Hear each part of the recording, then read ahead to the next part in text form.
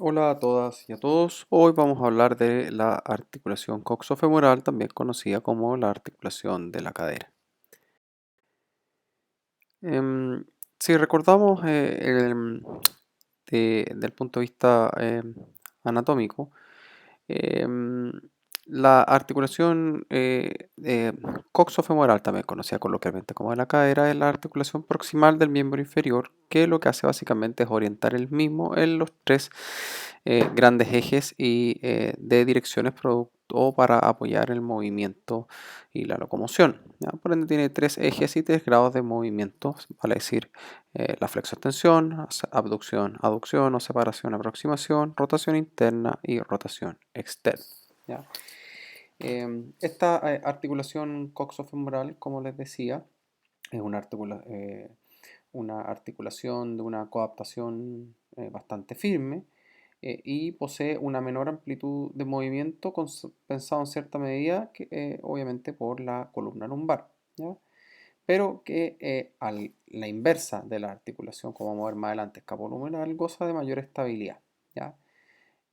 Principalmente dado que, como les decía, es una articulación que transmite el peso desde el suelo hacia arriba, hacia el tronco, y del tronco hacia abajo.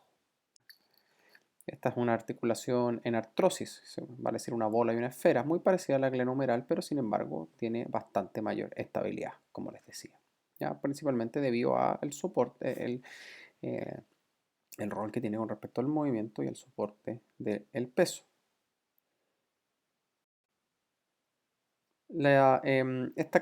Obviamente, al ser una enartrosis, quiere decir que es una articulación sinovial, vale decir que tiene dos superficies articulares recubiertas por cartílago, una cavidad articular y una cápsula y reforzada por ligamentos, ¿ya?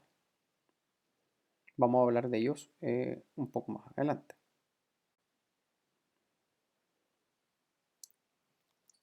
Adicionalmente de la cápsula y los ligamentos, también tiene un rodete, ¿ya? Eh, este rodete que, valga la redundancia, eh, rodea a todo la cavidad, ¿cierto? Acetabular, ¿ya? Lo que hace básicamente es aumentar más la conjunción, ¿cierto? La congruencia de las articulaciones. Muy parecido a lo que hacen los meniscos en la rodilla, esto lo hace en la cadera. Y adicionalmente, si ustedes recuerdan cómo hay una escotadura por anteroinferior, esta es cerrada o cierra el menisco a través de este ligamento que se conoce como acetabular transverso y que básicamente lo que evita es la deformación hacia anterior o frena, ¿no es cierto?, el desplazamiento anterior de la cabeza del fémur. Y en esta imagen más anatómica se puede ver los dos componentes de esta enartrosis, donde se puede ver también el rodete y el ligamento acetabular transverso, y también el ligamento de la cabeza femoral que en los adultos básicamente no cumple funciones, pero también se puede observar acá.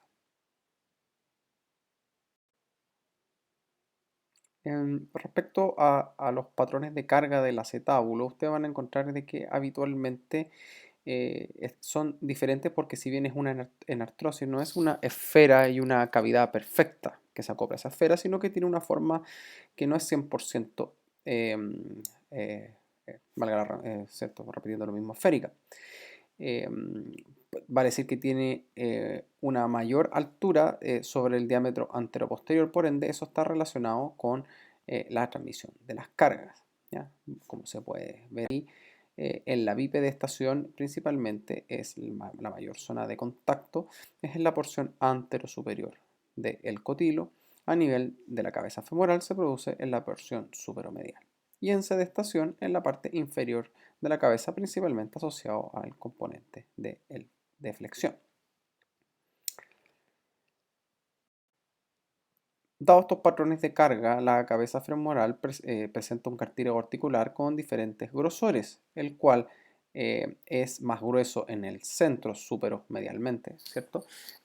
Producto de la mayor carga de peso en esa zona.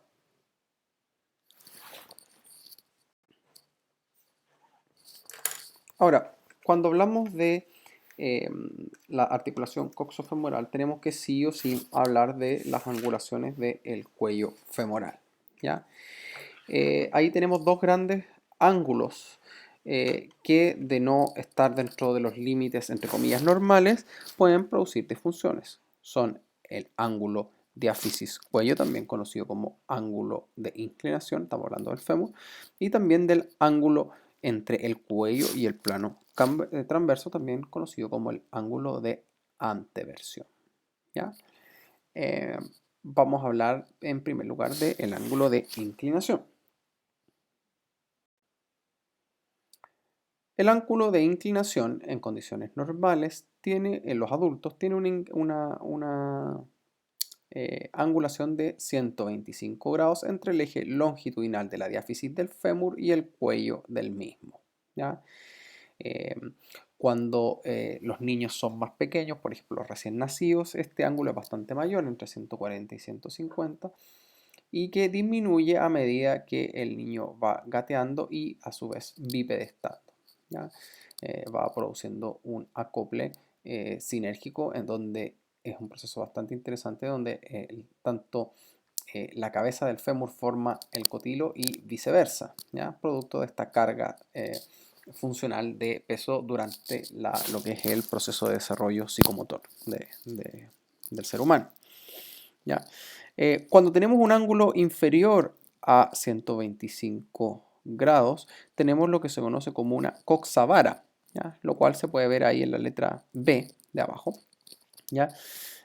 Donde en este caso, para poder mantener la alineación de la extremidad inferior normal, en ese caso, habitualmente ustedes van a ver que la rodilla se desplaza hacia el lado contrario, ¿ya? Vale decir, que haría una rodilla en X con la coxavara, lo que se conoce como un genu valgo, obviamente, para poder compensar esta aducción, por así decirlo, producto de un ángulo más cerrado de inclinación. Eh, por el contrario, cuando tenemos una coxa valga, vale decir un ángulo mayor a los 125 grados, en este caso para poder mantener la alineación, lo que muchas veces se observa a nivel de la rodilla es un genu varo, vale decir estas rodillas o piernas arqueadas para poder mantener eh, obviamente poder mantener la alineación, ¿ya? Y es por eso que habitualmente uno va a observar en niños eh, con ángulos bastante mayores en que tienen las piernas bien arqueadas y esto tiende a compensarse a medida que el niño empieza a caminar, ¿ya? Obviamente si esto ya es pasado ciertas edades, como los 5, 4 o 5 años, obviamente ya debiera ser un tema de manejo con el traumatólogo y ortopédico. O sea, cuando estamos hablando cuando ya el niño empieza a caminar, ¿cierto? En los 2, 3 años, ahí debiera empezar a tener una corrección prácticamente autorresolutiva. El otro ángulo es el ángulo de anteversión del cuello femoral, que se forma entre la proyección que existe del eje longitudinal de la cabeza femoral y el eje transverso formado por los cóndilos femorales, ¿ya? Y esta angulación tiende a ser en los adultos normalmente entre 10 a 15 grados, incluso hasta 30 podría llegar a ser, ¿ya? Eh, en los recién nacidos, por ejemplo, es cercano a los 30 grados y también se va produciendo o disminuyendo a medida que el ser humano empieza a aumentar la locomoción, ¿cierto? La carga de peso a través de la cuadrupedia, ¿cierto? El gateo y la locomoción, ¿ya? Desde ese punto de vista, también el aumento o la disminución de este ángulo pasado, estos límites entre 10 a 15 o 10 a 30 grados, puede generar problemas. Cuando tenemos un ángulo de anteversión mayor, habitualmente lo que vamos a observar para mantener el alineamiento es una rotación interna de las caderas y por ende también de los pies, ¿ya? Y vamos a observar que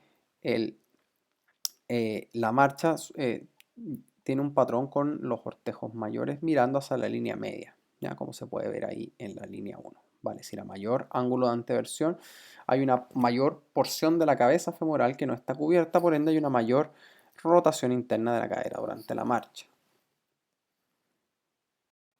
Cuando hay una angulación menor, sucede todo lo contrario. Es decir, hay una rotación externa, ¿cierto? De la cadera, produciendo una marcha donde los cortejos mayores y los dedos apuntan de manera divergente desde la línea media.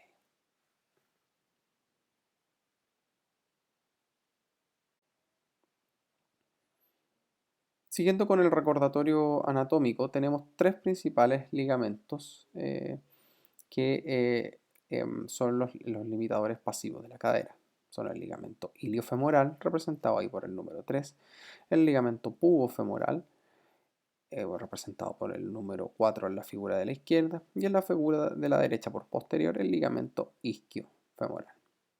Vamos a hablar ahora de cada uno de ellos en detalle. El ligamento iliofemoral, ¿ya? También tiene dos grandes fascículos, ¿ya? Es una banda fuerte con una forma de Y o de Y, y es ubicado en la porción más anterior de la articulación coxofemoral, ¿ya?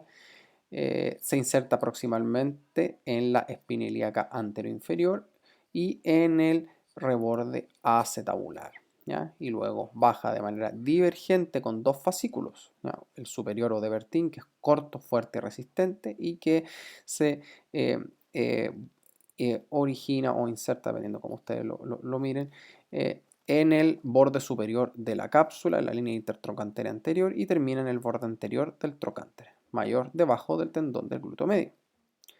La porción inferior es bastante más vertical y delgada, y se fija en la zona anteromedial de la cápsula y un poco por delante del trocánter menor.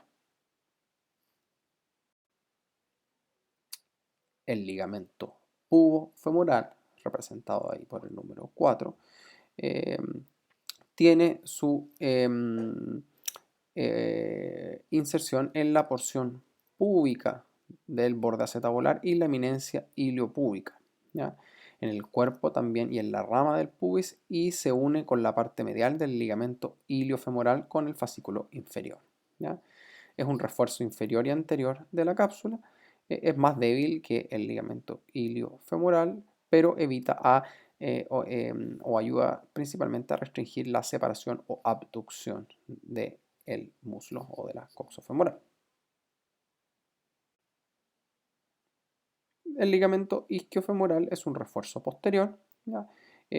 Cuyo origen es en la porción isquiática del borde acetabular y sigue un trayecto superior y lateral en forma espiroidea, como espiral, ¿ya? Hacia el cuello femoral, un poquito por medial a la base del trocánter mayor, ¿ya? Todos ellos básicamente se insertan en la base del cuello femoral, que básicamente también es el origen de la cápsula, o sea, los rebordes de la cápsula. Este patrón o el comportamiento de los ligamentos ustedes los van a ver en la cadera, también en muchos otros ligamentos, en el sentido de que cuando hay una alineación neutra, como se puede ver ahí, los ligamentos están con una tensión normal y equilibrada entre ambos, una tensión moderada. Sin embargo, cuando yo realizo flexión, en este caso de cadera, igual como si yo llevara la rodilla hacia mi pecho y me estuviera mirando mi ropa, ¿qué es lo que pasa con la ropa en la zona anterior? Se arruga, ¿cierto? Eso quiere decir que está más relajado, ¿ya? Vale decir, la solicitación mecánica es menor. Y por el contrario, cuando realizo extensión, el pantalón y su tela se empieza a estirar y por ende el mismo mecanismo se va produciendo eh, los ligamentos de la cadera, ¿ya? Vamos a hablar acerca de eso específicamente, de cada uno de los ligamentos, pero ese mecanismo también ustedes lo van a observar, algo quizás más fácil si están sentados, es cuando uno hace abducción del hombro, separación del mismo, y obviamente la tela que está en la axila, ¿cierto?, de su ropa debiera tensarse, y cuando yo hago aducción debiera relajarse. Es el mismo principio lo que se está tratando de explicar, ¿ya? Y es lo mismo que sucede en los ligamentos de la coxofemoral, principalmente cuando, por ejemplo, hacemos aducción, el iliofemoral se tensa, el pubofemoral e isquiofemoral se acortan, ¿cierto? Están más relajados. y cuando hay una ABD o separación, el pubo femoral e isquio, ¿cierto? Femoral se tensan y el ilio femoral en su as superior se relaja, ¿ya? Y obviamente su as inferior tiene un componente de estiramiento menor, pero también así lo tiene, ¿ya? Y todo lo contrario para la ADD, vale decir en esa ilustración cuando ustedes vean que algo está más opaco, más oscuro, quiere decir que hay menor tensión, vale decir está más arrugada, por así decirlo, la tela con el ejemplo que seguíamos anteriormente. En este caso, por ejemplo, estamos hablando de la cadera derecha en una vista superior, en el plano transverso. También cuando hay una rotación externa, perdón, los ligamentos anteriores se tensan y todo lo contrario cuando hay una rotación interna. Los anteriores están más relajados y los posteriores, ¿no es cierto? El isquiofemoral es aquel que sufre mayor tensión, ¿ya? Eh, entonces, recuerden que cuando hay una rotación externa, todos los ligamentos anteriores se tensan, el ilio y el pubo femoral, y la tensión máxima es a través de los ligamentos pubo femoral y el ilio, ¿no es cierto? Femoral, el fascículo inferior, ¿ya? Eh, y obviamente está más relajado el isquiofemoral, ¿ya?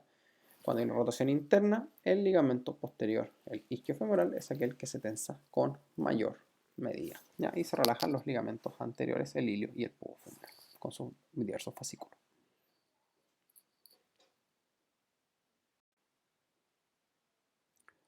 Como mencionábamos en un inicio, también existe un ligamento redondo que en los adultos no se ha demostrado tener un rol tan mecánico que se origina en el centro de la cabeza y pasa hacia la acetábula, hacia el centro. Pero aparentemente este ligamento lo que hace es nutrir la cabeza femoral durante el periodo intrauterino y los primeros meses de vida, ¿ya? Después pasa a ser básicamente un ligamento prácticamente accesorio e incluso en algunas personas ni siquiera existe, ¿ya? Puede estar ausente, ¿ya? Pero principalmente, aparentemente lo que es un refuerzo, un recubrimiento de la arteria hasta la cabeza femoral para protegerla, ¿cierto? Y poder mantener la vascularización.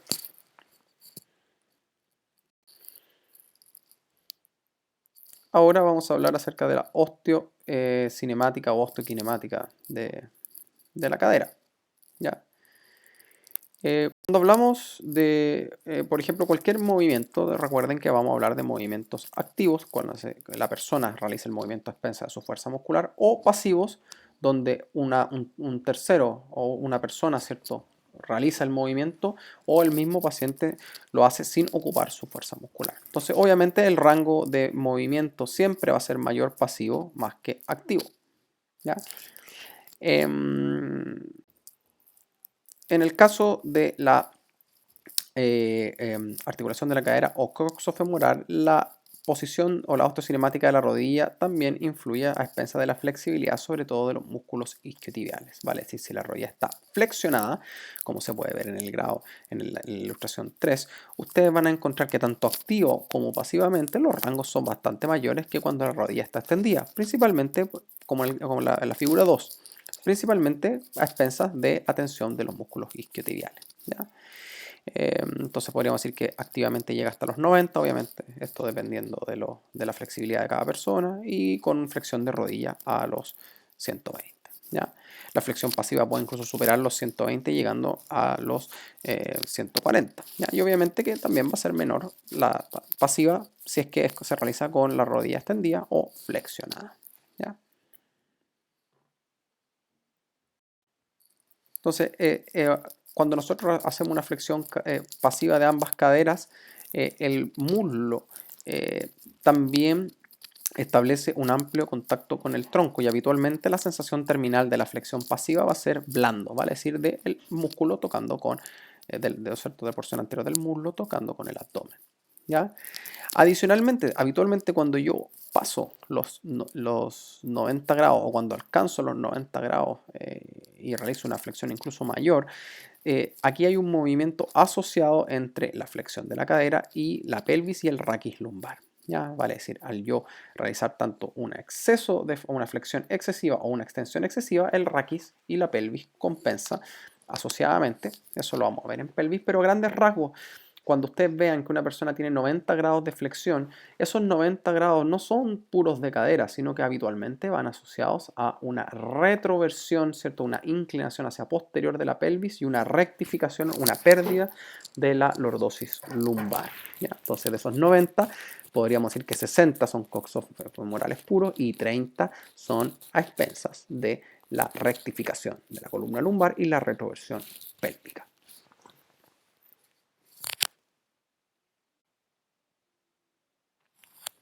Con respecto a la extensión, podríamos decir que la extensión pura tiene bastante menos recorrido, menos rango de movimiento que la flexión, ¿ya? Y son principalmente limitadas por la tensión del ligamento iliofemoral, ¿ya?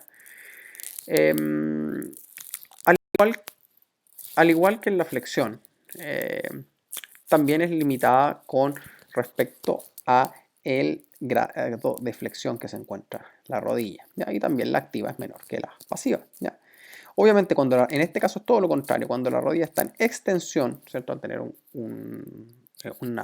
una participación de los músculos isquiotibiales, hay una mayor extensión en la coxofemoral, cercano a 20 grados más, ¿ya?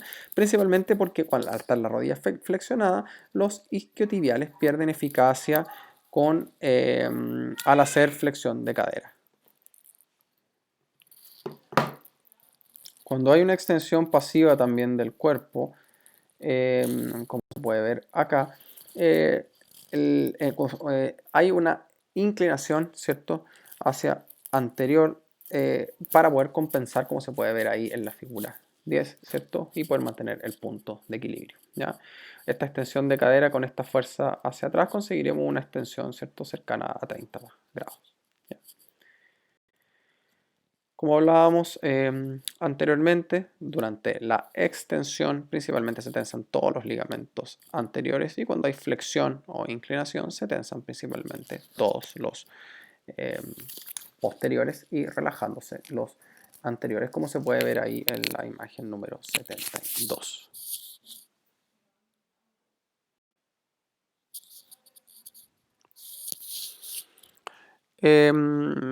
En teoría también en la abducción y la aducción también se comportan de una manera muy particular en el sentido de que eh, eh, se realizan de manera sincrónica, ¿ya? En el caso de la abducción o separación, por ejemplo, siempre el movimiento que aparentemente es de 30 grados en una cadera siempre va acompañado de un movimiento en la otra. Es imposible realizar ABD de una sin realizar ABD de la otra, como se puede ver en la figura 12, 13, en todos los diferentes grados. ¿Ya? Incluso en el último dibujo donde sale la mujer haciendo un split de 180 grados, ¿cierto? Eso quiere decir de que el movimiento total, ¿cierto?, se divide en dos. En este caso, por ejemplo, veamos el caso 12, donde se ven 30 grados. En este caso hay una abducción igual y automática de la otra, ¿no es cierto?, o asociada, ¿cierto?, de la otra, de la mitad. Vale decir, estos 30 grados aparentes quiere decir que son 15 en un lado y 15 en el otro, por ejemplo, en la figura 12, o en el caso de los 90, como se puede ver en la 13, son 45 y 45. Entonces, este comportamiento habitualmente se observa a partir de los 30 grados de ABD, donde además se observa un efecto basculante de la pelvis, ¿ya? Lo cual permite prolongar ¿cierto?, cortar el movimiento de la pelvis en dos, ¿cierto?, donde se reparte de manera igual el movimiento los grados de movimiento entre ambas, como explicábamos anteriormente. En el caso de 30 serían 15 y 15, en el caso de 90, 45 y 45. Entonces, como les decía, la abducción al máximo es un ángulo entre las dos habitualmente de 90. ¿Ya? Ahora esto estamos hablando de movimiento activo, ¿ya? Eh, y esto quiere decir de que hay una amplitud de abducción de una sola cadera en particular activa de 45 grados. Y obviamente en ese caso la pelvis también se inclina sobre la lateral para poder mantener eh, un punto de equilibrio, un equilibrio, ¿cierto? Y al igual que en la flexión, ¿cierto?, también se produce un movimiento asociado del raquis donde se curva, ¿cierto?, se forma una concavidad hacia el lado de la extremidad que se levanta, por ejemplo, en el caso 13, como se puede ver claramente ahí en el costado izquierdo.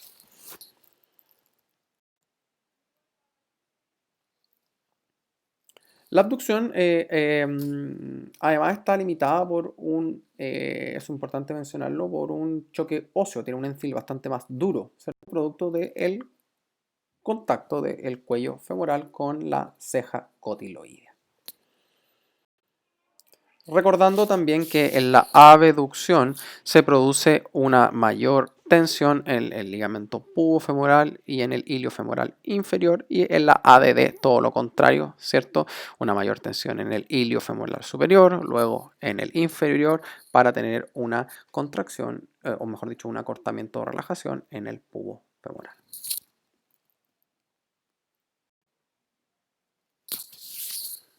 Es importante mencionar que en el caso de la aducción o aproximación también tenemos un comportamiento bastante especial, en el sentido de que no se puede realizar de manera pura. Vale decir, como se puede ver ahí en las figuras 19 y 18, para yo hacer una aducción total completa tengo que sí o sí, para poder cruzar la línea media, o pasar la cadera en flexión o pasarla en extensión, como se ve en la figura 18. ¿Ya? Por ende, siempre la aducción máxima va acompañada de ya sea extensión o de flexión de cadera. También hay un comportamiento muy particular con respecto a la ADD, ya que, como se puede ver en la fila inferior de imágenes, 17, 18 principalmente, cuando yo hago ADD de manera activa, como se puede ver ahí en la figura número 17, sí o sí tiene que haber una aducción en la cadera contraria para poder mantener el equilibrio, sino por el contrario, si no yo me caigo, ¿ya? Pierdo el punto de equilibrio. Por ende, van acompañados de una inclinación pélvica y de una incurvación del raquis hacia el lado donde se realiza la aducción, como se puede ver ahí en la figura inferior a la 17. En general, en los movimientos activos de aducción combinada, vale decir, ya dijimos y vimos que tiene que ser con flexión o con extensión, tenemos una amplitud máxima de 30 grados. Con respecto a la rotación longitudinal interna y externa, con respecto a la externa, como se puede ver en la figura, ¿cierto? Número 25, esta, dependiendo del grado de flexibilidad de la persona, puede ser limitada por el choque de la pierna en el muslo, ¿ya?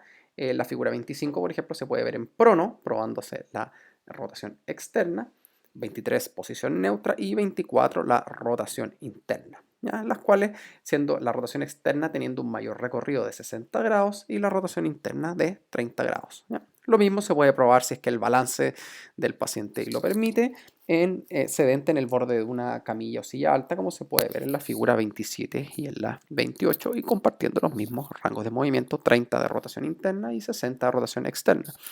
Obviamente esto puede variar dada la flexibilidad particular de cada persona. Muy parecido a lo que hablábamos anteriormente. Recuerden que si realizamos rotación externa, como se puede ver en la figura 75 de la cadera derecha en una vista superior del plano transverso, son los ligamentos más anteriores, vale decir, en este caso el púo femoral y el ilio femoral principalmente, ¿cierto? Inferior, aquellos que se tensan. ¿Ya? Y todo lo contrario, realizar una rotación interna, figura 77, ¿cierto? Y 78 es el isquiofemoral, aquel principal restrictor de estos movimientos.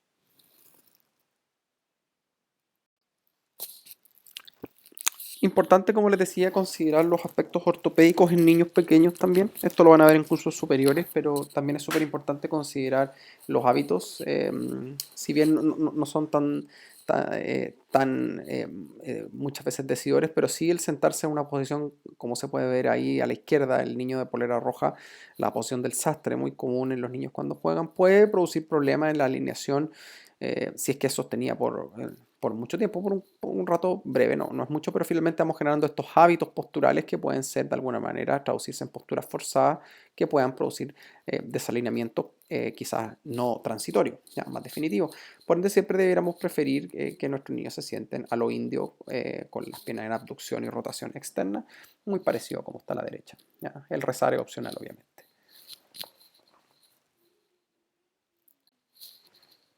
Y ahora yéndonos al otro extremo, uno de los principales problemas que nosotros vamos a observar en la cadera es la artrosis, vale decir, la degeneración del cartílago articular, pero por sobre todo en nuestros adultos mayores, además de la artrosis de cadera, son las fracturas de cadera, ¿ya? Muy frecuentes debido a la fragilidad que experimentan algunos adultos mayores en edades avanzadas, donde una caída produce la fractura de la cadera, ¿ya? Y hay diferentes tipos de fracturas, ¿cierto? Siendo las más frecuentes las tres primeras, ¿ya?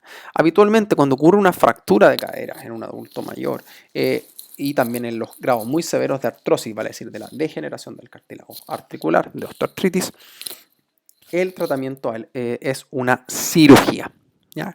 Y ahí, después de la cirugía y también antes de la cirugía, el kinesiólogo o kinesióloga tiene un rol fundamental en la rehabilitación y es vital que comprendan cuáles son los diferentes tipos de prótesis. Yo voy a subir un apunte acerca de esto, pero principalmente tenemos dos tipos, las cementadas y las no cementadas, donde la idea es que ustedes lo averigüen, lo lean, pero hay algunas que permiten realizar carga precoz prácticamente al día siguiente y otras que no.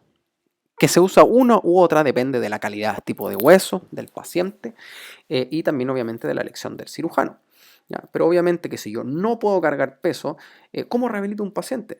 Bueno, por eso es importante también tener claro qué cosas se puede hacer y qué cosas no se puede hacer en ambos casos, ¿ya? Habitualmente cualquier movimiento extremo es prohibido en las prótesis de cadera, tanto la abducción como la aducción extrema, sobre todo la flexión por sobre los 90 grados y una extensión excesiva, sobre todo los primeros meses de rehabilitación, ¿ya?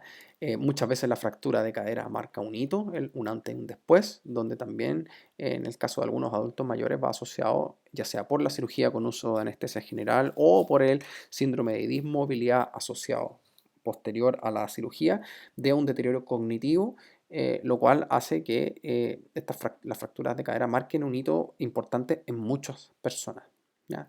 Por ende, es súper fundamental además el trabajo preventivo antes de que las personas se caigan, obviamente, de nuestros adultos mayores, de contar con planes de actividad física, de coordinación, de movilidad para prevenir caídas. Ustedes pueden ver ahí una serie de recomendaciones dispuestas por los ministerios de varios países, incluyendo el nuestro, para la prevención de caídas. Recuerden de revisar los apuntes y espero que hayan disfrutado esta clase. Nos vemos